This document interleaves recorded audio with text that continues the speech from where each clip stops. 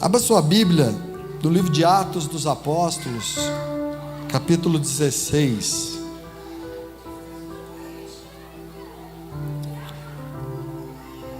Controla eles lá, Xande. Vai lá, dá uma conversada lá, que senão eles vão. Isso. Atos dos Apóstolos, capítulo 16, versículo 26. Eu quero aqui dar um conselho para a igreja. Você que ainda não leu, você que ainda não se dedicou ao estudo da palavra de Deus no livro de Atos. O livro de Atos dos Apóstolos, eu digo que é obrigatório para todo cristão. A Bíblia deveria ser obrigatória para todo cristão fazer a leitura. Porque você que é um cristão e não conhece a Bíblia, você está em dívida com você mesmo. É igual um médico que não fez o curso de medicina, é como um advogado que não conhece as leis, a Constituição. Assim é o cristão que não conhece a Bíblia. Ele precisa, é obrigação nossa. Isso, eu não gosto muito dessa palavra, obrigação, mas eu não achei outra. Atos dos Apóstolos, você deveria ler ela pelo menos umas 3 vezes no ano. A cada 4 meses você fazer a leitura desse livro, para a gente voltar. E hoje eu tenho lido o livro de Atos, irmãos, parece que eu nunca li. Toda vez eu encontro novidades. É impressionante. Eu falei, mas será que eu li? E a gente já fez até o estudo dele aqui na igreja. Então eu te aconselho a fazer a leitura do livro de Atos. E o tema da mensagem é: de repente tudo muda. Diz comigo, de repente tudo muda. Vamos lá. Diz assim, ó: e de repente sobreveio um tão grande terremoto que os alicerces do cárcere se moveram e logo se abriram todas, diz comigo, todas as portas, e foram soltos as prisões de todos. Amados, a gente vai mergulhar um pouquinho nesse versículo, nesse capítulo, né, como um todo. Mas antes eu quero contar para vocês a história. Essa história que ela mexeu muito comigo. E hoje, como é um culto de primícias, um cristão ele precisa saber o princípio do cristianismo, como tudo começou, aonde começou, como começou e por quem começou. A palavra vai nos dizer que Jesus ele tinha ali seus discípulos, e o seu discípulo, que era o líder, aquele que puxava a turma, ele, quando Jesus morre, ele desiste de tudo. Ele desistiu. Lá em João capítulo 21, a palavra vai nos dizer que Pedro falou: olha, Jesus morreu, eu vou ter que voltar a pescar, porque eu não sei seguir esse evangelho sem ele, não faz sentido. E a Bíblia vai nos ensinar que os outros discípulos falaram: olha, já que você vai, eu também vou voltar. Ele não sabia a responsabilidade que ele tinha, ele quis parar.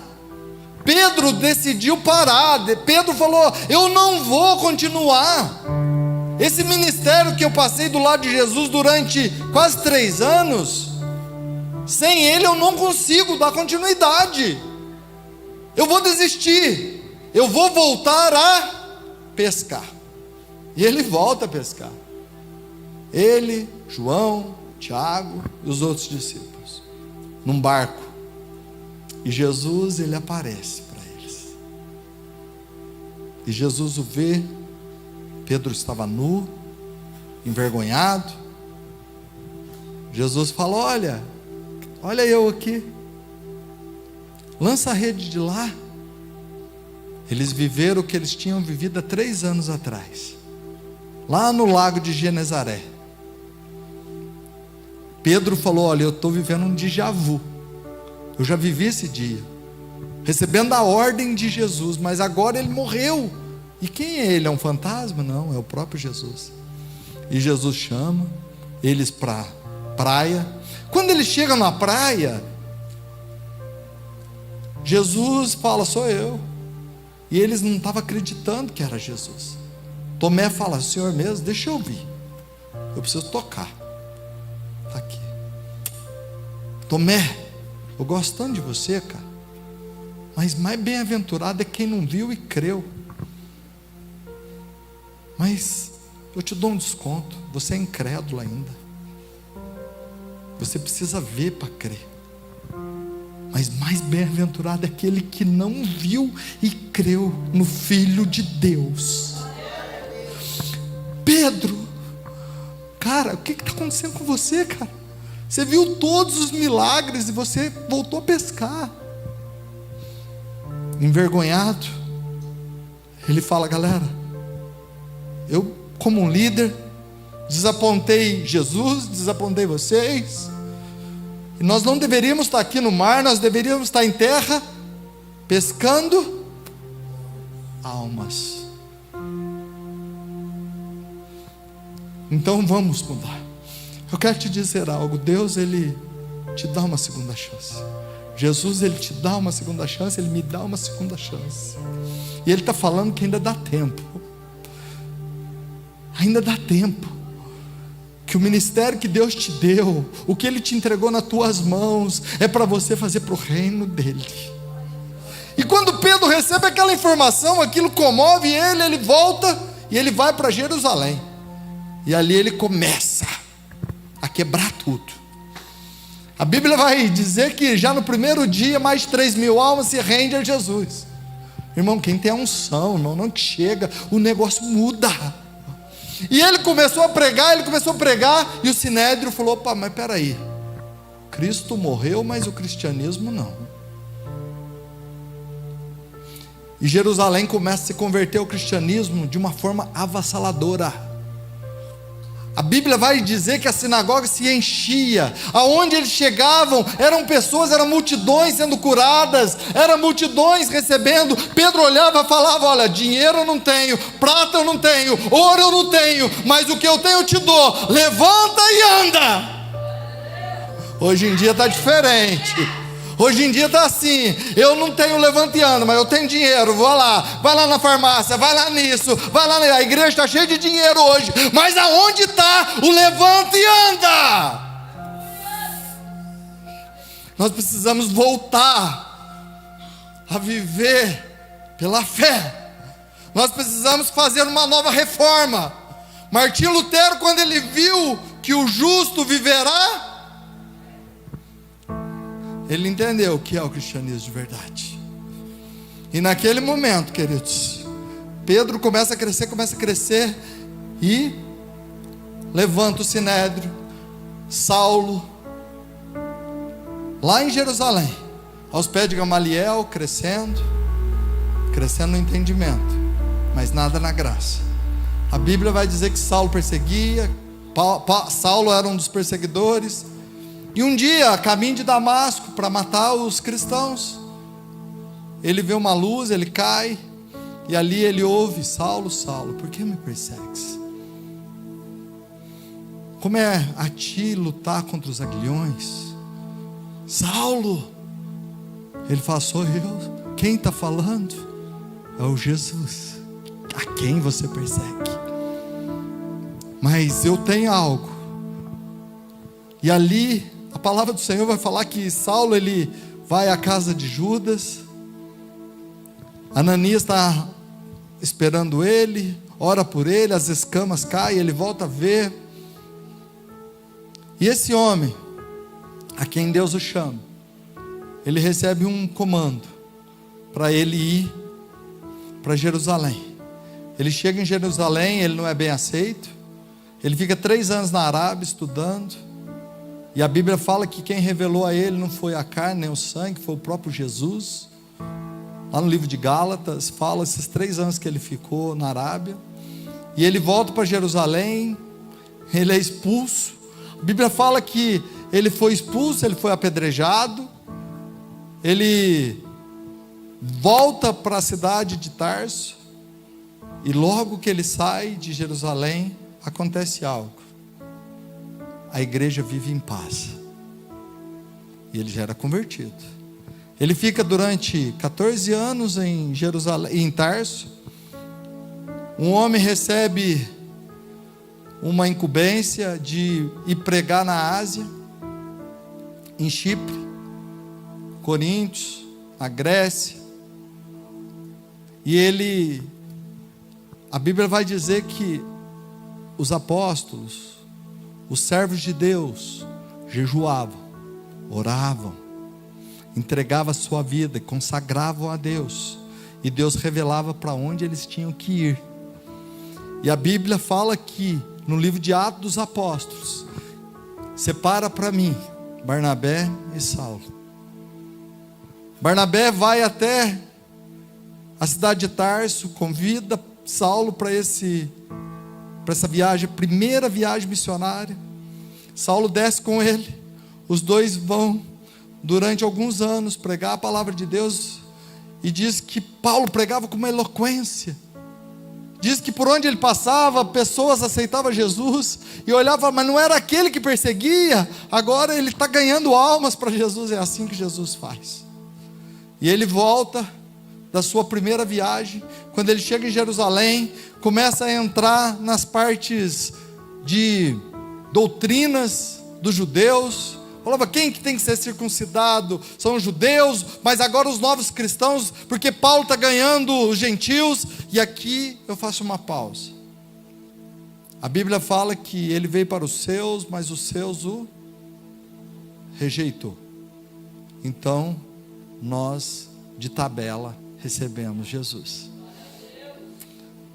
A Bíblia vai também nos ensinar que Pedro, ele centralizou o evangelho de Cristo em Jerusalém.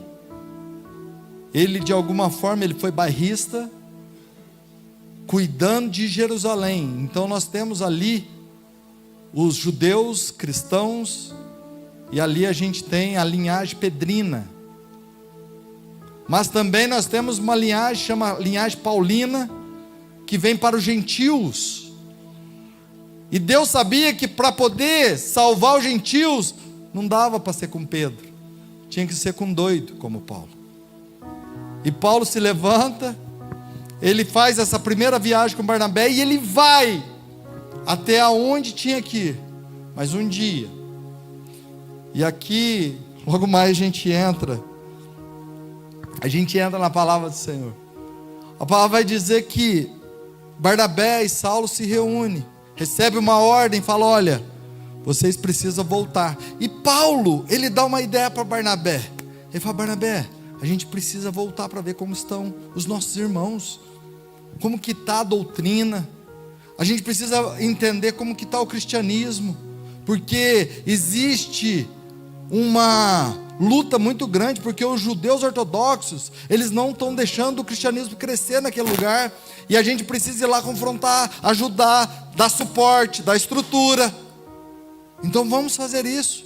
Barnabé fala, ótima ideia, Paulo, vamos no concílio de Jerusalém, vamos tomar essa decisão, e vamos.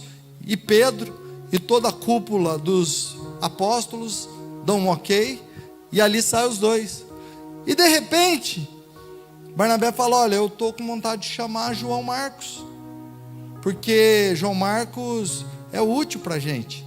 Apóstolo Paulo fala, não, aquele que abandonou a gente lá na Panfilha, não, eu não ando com covarde, eu não ando com quem tem passo curto. Aí Barnabé fala assim, mas como assim? Ele fala, olha, se você quiser ir com ele, você vai. E a Bíblia vai dizer que houve um tal desentendimento entre os dois, entre Barnabé e Saulo, que os dois se separaram. E Barnabé, ele seguiu a sua segunda viagem, que era para Chipre. E vai Barnabé e João Marcos. E o apóstolo Paulo fala, e eu vou para onde agora? Presta atenção. Tem hora que Deus muda a rota. Tem hora que Deus muda o destino. Tem hora que Deus muda o percurso. Mas aquieta o teu coração, que está tudo nas mãos de Deus. tudo no controle do Senhor. Acalma o coração. Apóstolo Paulo tinha arrumado as malas para ir para Chipre. Porém, ele tem uma visão. E ele vê o macedônico. Irmãos, a Macedônia é na Europa. Ele estava indo para o Oriente. De repente Deus vira para o Ocidente. Sabe o que Deus às vezes faz com a gente? Às vezes você tem planos de ir para lá. Deus fala assim, não, você está querendo ir para o norte, mas eu quero que você vá para o sul. Às vezes teus projetos estão direcionados para um lado, mas Deus está te direcionando para o outro. Mas aquietai-vos o teu coração e sabei que eu sou Deus. E quando o apóstolo Paulo, ele toma a decisão, ele fala, Silas, você consegue ir comigo? Consigo. Mas eu tive uma visão, eu vi um macedônico, e o macedônico gritava assim, ajuda-nos, atravessa a Macedônia e nos ajuda. Silas olha e fala, bora, o que falta para a gente estar indo? É só ir. E eles vão e desembarcam em Filipe. São os dois, lindão. Chega em Filipe. E ali, apóstolo Paulo começa a pregar a palavra de Deus. E num determinado momento, quando o apóstolo Paulo está pregando a palavra de Deus, ele começa a procurar uma casa para ele poder orar, para ele buscar a palavra. E a palavra de Deus vai dizer que ele passa na casa de Timóteo. E ele olha e fala, Timóteo, você está no caminho certíssimo. Porém, Timóteo era filho de grego, de mãe judia. Ele fala, Timóteo, se você fosse filho de pai e mãe grego, eu não ia te falar nada não. Mas como você é mestiço, você é meio judeu e meio grego, eu te oriento a circuncidar. Porque senão os judeus vão ficar contra. Porque como ficou no concílio de Jerusalém? É o seguinte, quem é da linhagem dos judeus, tem que circuncidar sendo cristão ou não. Agora quem veio dos gentios, se tornou cristão, vai ser os nossos irmãos. E não precisa circuncidar, a gente respeita. Porque a circuncisão era para os judeus. Mas só que Timóteo, ele tinha uma mãe judia e um pai grego. Fala, mas cara, na pior das hipóteses, vamos fazer. Tem hora, irmãos, que a gente não tem que escandalizar, a gente tem que cumprir. Ah, mas para que eu tenho que fazer isso? A Bíblia fala, ai daquele que pelo tal entra o escândalo. Olha, nas tuas costas tem uma bandeira chamada Evangelho de Jesus Cristo. Você é uma testemunha viva, que por onde você anda, tem uma nuvem de testemunha te olhando. Então, Paulo, sabendo disso, ele orienta Timóteo, Timóteo, vem cá, vamos circuncidar, é melhor. E ele passa, e eles chegam numa cidade chamada Filipe. E quando ele chega lá, ele fala, olha, eu preciso arrumar um lugar. E a Bíblia vai dizer, vamos, aqui ó, queridos, capítulo 16, aí já chegando em Filipos,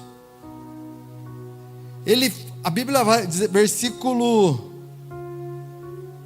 11, 16, 11, 16, 11, e navegamos de Troade e fomos correndo em caminho direto para Samatrácia, e no dia seguinte para Neápolis. Aqui é tudo Europa, tá, queridos? E dali para Filipos, que é a primeira cidade dessa parte da Macedônia, e é uma colônia, e estivemos ali alguns dias nessa cidade. Eles ficaram ali nessa cidade, aqui, isso, e no dia de sábado, saímos fora das portas, para a beira do rio, onde julgávamos haver um lugar para oração. Olha que interessante, eles saíram para orar, e eles procuraram um lugar, e eles encontraram.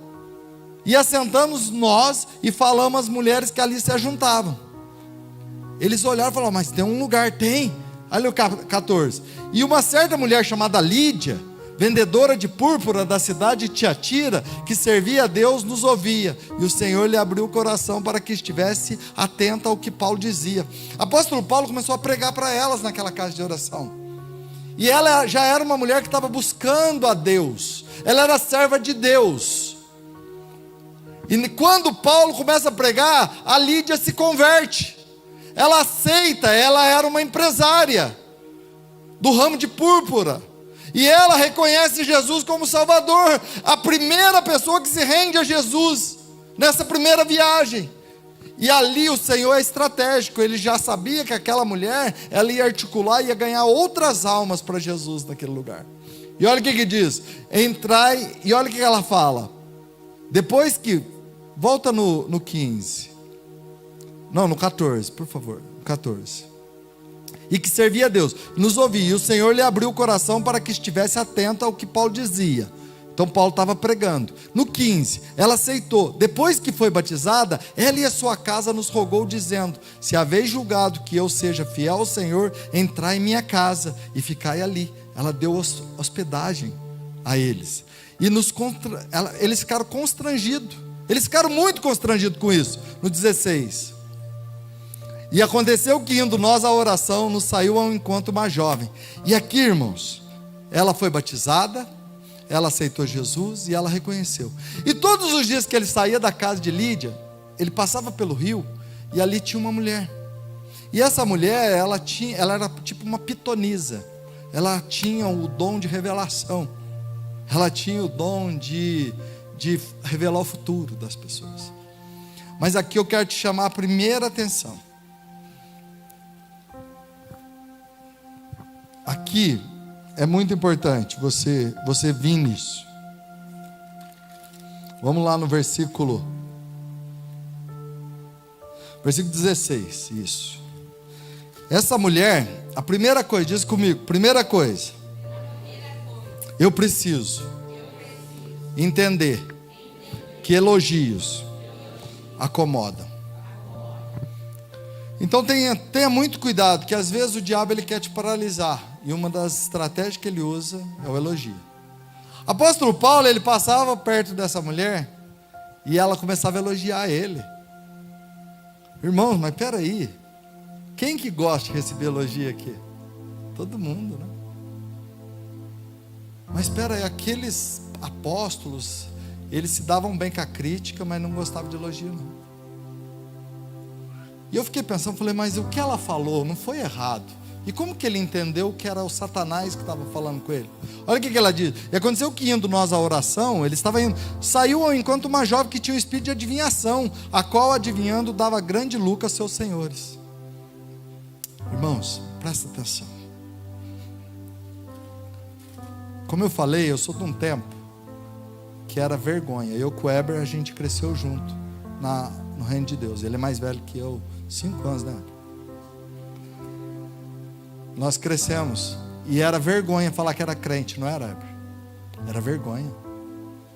Eu me converti em 95. Era uma vergonha. Eu falava que eu era crente, eu era zombado. Olha o crentinho. Crente, quente, né? Vocês lembram? Eu era zombado. Eu tinha que ter muita força entre meus colegas, meus amigos, falar que eu era crente. Não era o mérito, era uma vergonha falar que era crente. E aí, eu vi meus amigos de bermuda, eu não podia usar bermuda. E aquilo ali ia mexendo com a gente. Só que chegava na igreja, irmãos, o poder de Deus, o fogo de Deus, a unção de Deus, ela descia. Era o mover do Espírito Santo. Porém, alguns os espertalhões, começaram a ver um business no Evangelho. Essa pregação aqui, irmãos, é para você entender o que é o princípio do cristianismo. Não é primícias, a gente precisa entender o cristianismo de verdade. Alguns espertalhões da década de 80, da década de 90, no começo dos anos 2000, viu no Evangelho uma oportunidade de se enriquecer. E começou a trazer o Evangelho para uma teologia da prosperidade, que é algo satânico, demoníaco, como existe a teologia da libertação, que foi entrado pelo comunismo na década de 60, na Igreja Católica, e o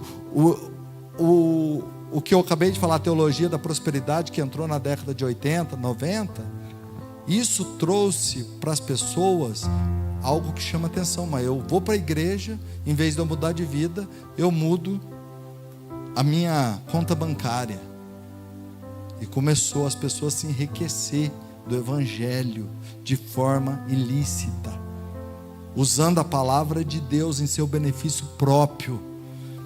E esses homens aqui, eles faziam idêntico ao que muitos homens estão fazendo hoje. E aqui, usando esse público através da palavra de Deus, nós devemos denunciar isso. Porque essa palavra ela é para trazer vida eterna, e não riqueza, e não dinheiro no banco, e não casa, e não carro. Essa palavra ela é para lavar, é para remir, é para levar o homem ao céu e trazer arrependimento. Essa palavra ela tem que produzir em mim e em você arrependimento e não motivação.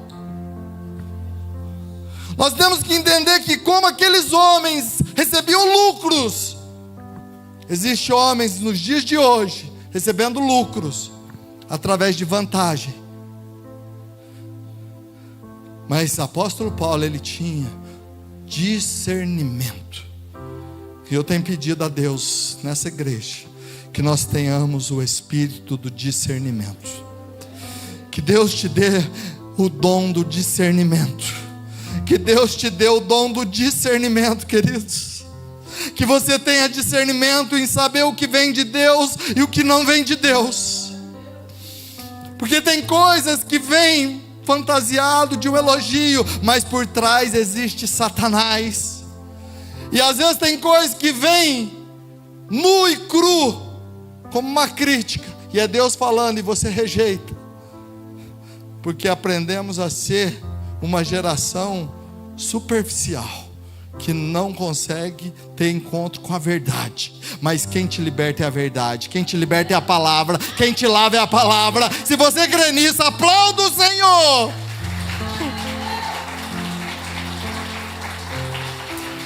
Apóstolo Paulo, ele toma essa decisão. E aí, olha o que acontece. Essa mulher dava lucro, porque ela revelava. Aí os caras recebiam dinheiro nas custas dela. E aí, apóstolo Paulo 17. E seguindo a Paulo e a nós, clamava dizendo: esses homens que nos anunciavam o caminho da salvação são servos de Deus. Oh, mas é um bom elogio, não é, pastor? Falando que, olha, eu estou andando, tá? Estou andando ali, eu e mais um. E chega uma mulher e fala: esses homens que anunciam o caminho da salvação são servos de Deus. Eu falava: amém, mano, glória a Deus. É porque não tem o espírito do discernimento. Deus vai te dar o espírito de discernimento, o dom do discernimento. Você vai receber o dom do discernimento. Você vai saber o que vem de Deus e o que não vem de Deus. A tua casa vai ter o discernimento. Você vai saber o que entra na tua casa e o que não entra. E olha aqui. E isto ela fez por muitos dias. Rapaz, todo dia Paulo passava com Silas lá. A mulher: esses homens são homens de Deus. Eles estão anunciando o caminho da verdade. Eles estão levando as pessoas ao céu. Glória a Deus pela vida deles. Mas peraí. Isso irritou Paulo. Perturbou Paulo. E olha o que Paulo fez. Voltou e disse.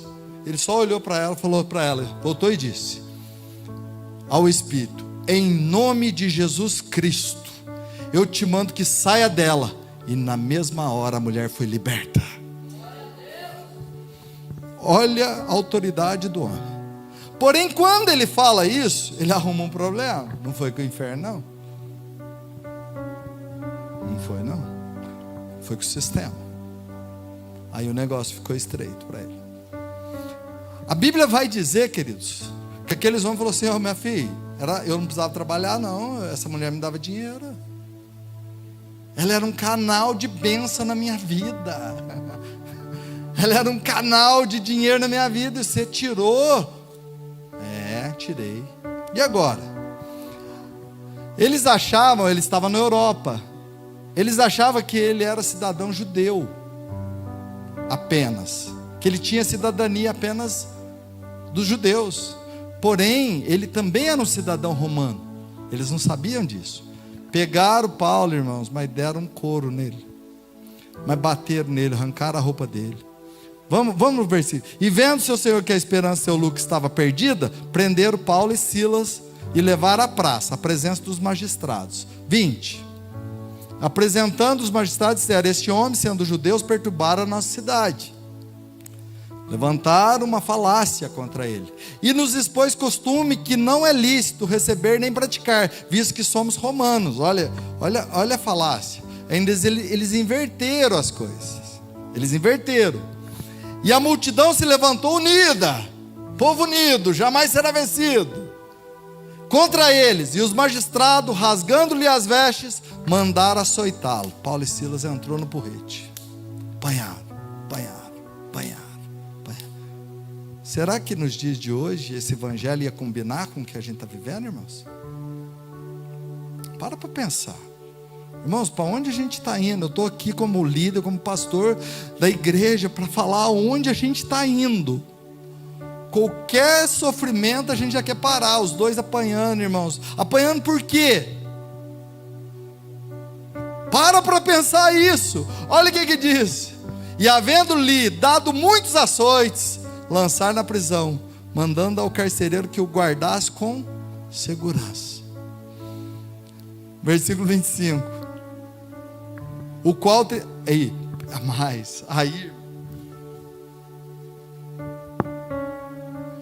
às vezes, para a tua alma ser salva, Deus te leva em algumas prisões. Você precisa estar, às vezes, preso em algum lugar, para Deus tratar você, para Deus mudar a tua vida.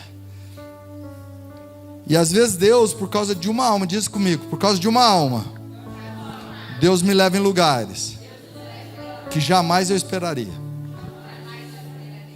Eu vou contar algo para vocês. Em 2002, janeiro de 2002, virada do ano, 1º de janeiro de 2002, um pastor liga na minha casa e fala: Israel, paz do Senhor, pastor. Saudoso pastor José Lino. Paz do Senhor, pastor. Eu preciso falar com você. Isso era uma meio-dia, no dia 1º. Você vai ficar fora de comunhão durante 6 meses. Eu falei: por quê, pastor? O que eu fiz? Você foi no Cristo com algumas meninas. Foi os jovens. Nós fomos em 6 jovens. Não, mas pastor, a gente não fez nada. Não, está fora de comunhão durante 6 meses e não quero saber. E eu não entendi nada daquilo, nem eu, nem meus amigos. Aí eu falei: olha, eu nunca desviei. E quando a gente é convertido, eu já falei, nem para desviagem presta. Você tenta, você não consegue. E aí eu vi um show aqui em Poços de Caldas, Capital Inicial. E eu gosto do irmão Dinho, irmãos. E eu falei: rapaz, eu liguei pro meu amigo, pro Anderson. Falei: Anderson, nós não tem mais jeito de sair fora de comunhão, né? Já está, se nós morrer hoje, nós vamos para o inferno. Você não está afim de ir no show do Capital Inicial comigo, não? Ele falou assim: ó, eu não tenho dinheiro, mas se você pagar, eu vou. Está me devendo aqui o ingresso até hoje. Falou que depois ia pagar, ou depois está até hoje. E eu olhei para ele assim: ó, antes, vamos lá no show do Capital Inicial? Vamos. Chegamos lá, irmão, pensa uma pessoa perdida num show. E eu encontrei um tanto de amigos: mas o que você está fazendo aqui?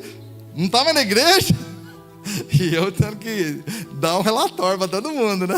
Os amigos das antigas. Aí eu chego com o Anderson falou assim: nossa, diferente, né? Eu falei: muito diferente. De repente, quem que eu vejo lá? Eu vejo essa morena do olho verde. Fiquei apaixonado. Irmãos, quando eu olho para ela, eu falei, e o Anderson falou assim: é minha amiga. Eu falei: rapaz, eu quero namorar com ela. Não vou nem pedir ela namoro, eu vou pedir ela já em casamento.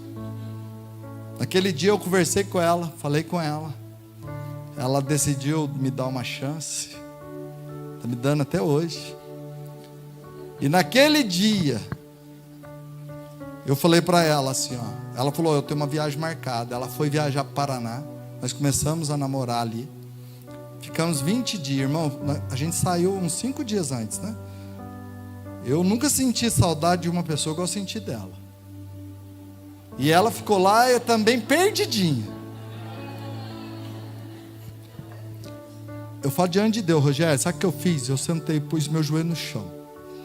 Eu falei, Deus, eu fui naquele lugar, eu não sei porquê, eu não sei o motivo. E eu conheci a Camila lá, o senhor sabe que ela é espírita. E ela falou para mim que não gosta de igreja evangélica, ela não gosta de crente, de na igreja evangélica, que ela assustou, a última vez que ela viu, o povo começou a gritar, ela assustou, e ela era da mesa branca. E eu não sei, mas Senhor, eu quero muito ela. Vocês estão rindo, né? Eu estou aqui chorando, vocês estão rindo. Olha, eu pus meu joelho no chão, eu orei, falei, Senhor, eu quero ficar com ela, mas se ela não se converter, eu não vou ficar com ela e eu vou sofrer. Falei desse jeito, essa oração para Deus, irmãos. Chamei ela, ela voltou, chamei ela para ir na igreja. Ela falou assim, eu vou uma vez, não vou mais. E ela sentou.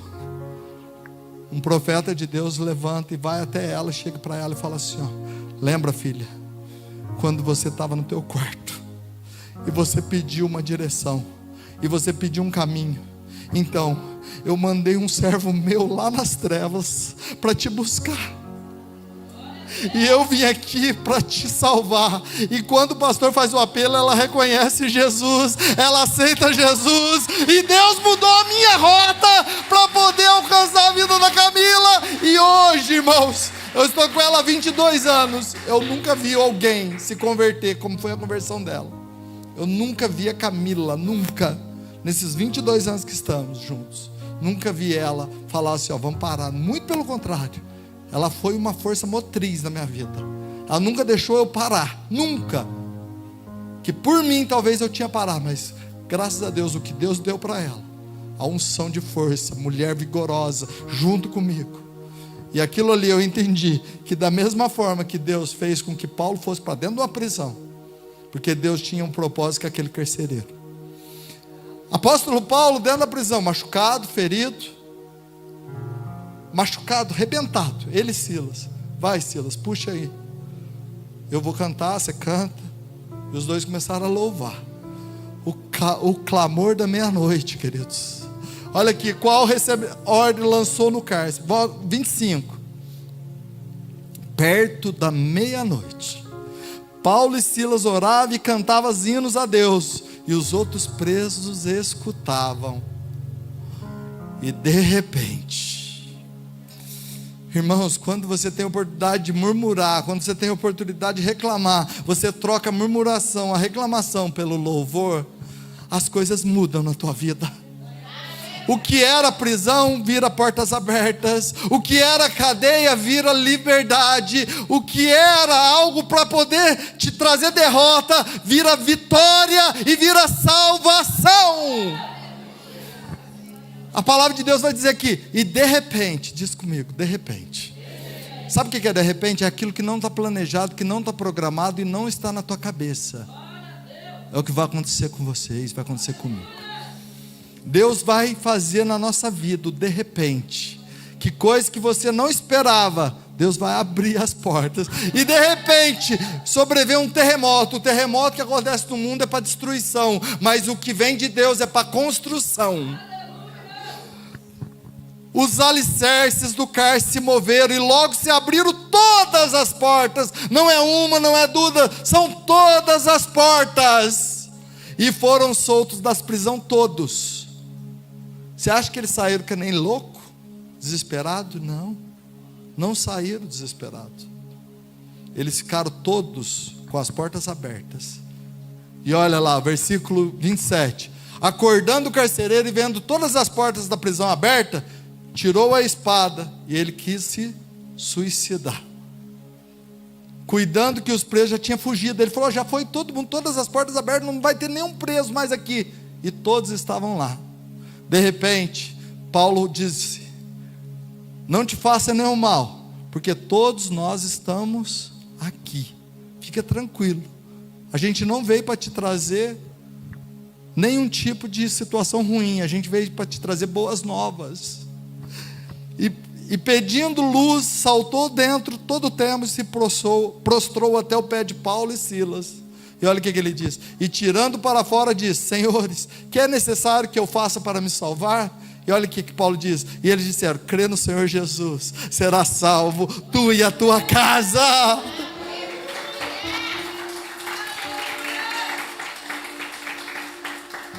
Irmãos, não perca o propósito.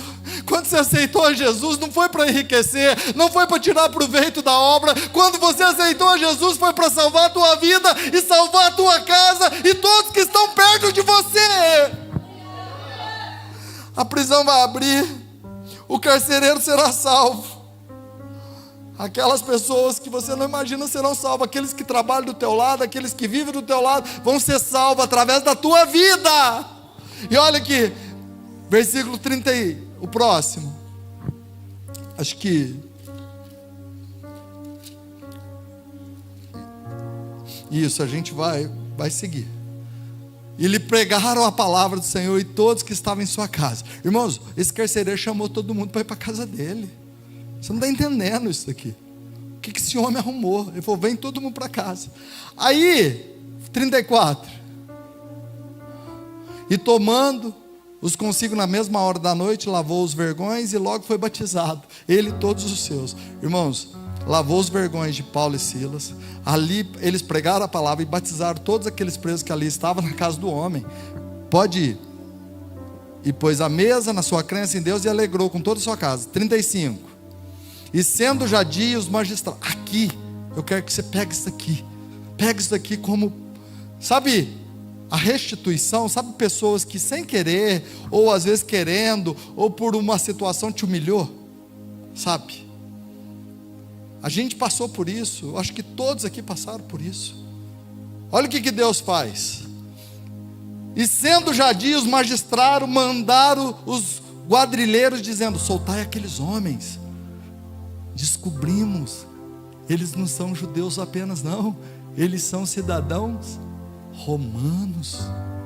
Olha aqui, o carcereiro anunciou a Paulo essas palavras dizendo: os magistrados mandaram que soltasse vocês. Agora Paulo sai e ide em paz. Apóstolo Paulo: me envergonhou em público, vai me soltar em público. Vai ter que acertar tudo que fizer. Não chamou a multidão, não chamou os moradores, não chamou todo mundo para descer o cacete em mim? Agora vai ter que chamar todo mundo para poder voltar atrás. Você está me entendendo? Quando você faz as coisas certinho, irmãos, Deus, Ele te restitui tudo. Ele não vai ficar devendo nada que você passou. Deus, Ele vai te honrar, Deus vai te renovar, Deus vai te restaurar e vai te restituir. Aí Paulo falou assim, mas Paulo replicou: açoitaram publicamente, fomos condenados, sendo homens romanos, nos lançaram na prisão, e agora encobertamente, no escurinho, vai soltar a gente pela porta do fundo? Não. Nos lançaram para fora? Não será assim, mas venham ele mesmo e tire nós para fora. Manda chamar os magistrados todos aqui, vem cá.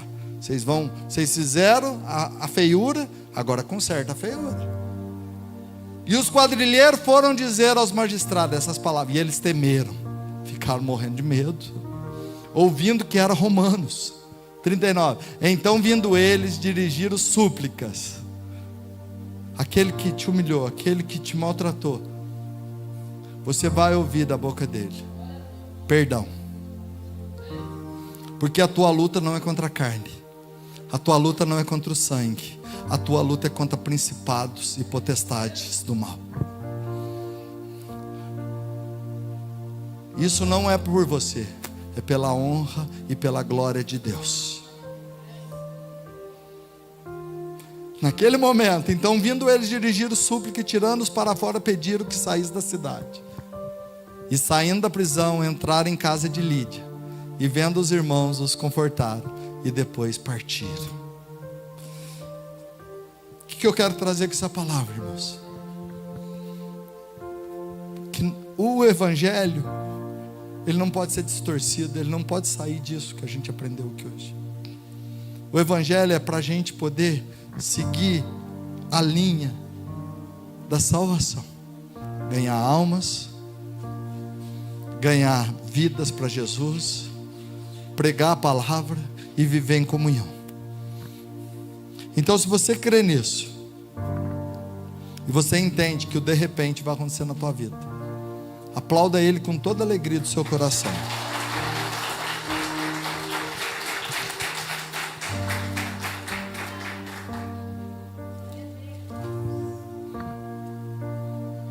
E depois Paulo e Silas, eles foram para Tessalônica, mas eles foram experimentados, sabendo que algo ia acontecer na vida deles. Quero te dizer, a batalha está difícil, está apertada, mas você está no caminho certo. Não desista daquilo que Deus deu para você. Não pare. Está sendo açoitado? Continue. Está sendo apedrejado? Continue. Está sendo caluniado? Continue. Esse é o Evangelho. Agora, se está tudo bem, ao ponto de você não ter nenhuma luta, presta atenção. Pode ter uma pitonisa te elogiando.